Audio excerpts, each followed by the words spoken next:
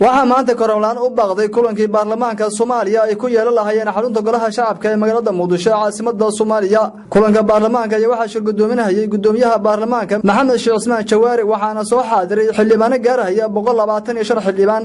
halka dastuurka uu qorayo in kooramka baarlamaanka ku buuxsamo 139 xildhibaan kulanka baarlamaanka ayaa maanta waxa lagu dhaari lahaa gudiyadii dhawaan ee baarlamaanka Soomaaliya ay meel mariyeen oo kala ah gudiyada doorashooyinka qaranka iyo gudiga xuduudaha iyo federaaliyinta ee qaranka Soomaaliya waxaana kulanka inuu baaqday ku dhawaaqay gudoomiyaha baarlamaanka Maxamed Sheekh Usmaan Jawaari asagoo mudanaasha baarlamaanka ku wargeliyay inuu kulanku furmi doono biri 4 saac sida noqonayseen xoghayntu waxay noo sheegtay inay xaadir yihiin 126 taasoo ka hooseysa guntanka oo uu ku furmi karo shirka golaha hadalada waxaan go'aamiyay in brito ay noqoto fadhigeena waxaana loo sheego dhammaan xildhibaano magaalada ku sugan iyo waxaan ilaahay ka rajeynaa inuu kala soo noqdaan waa inuu briefkiisa tobanka saacadood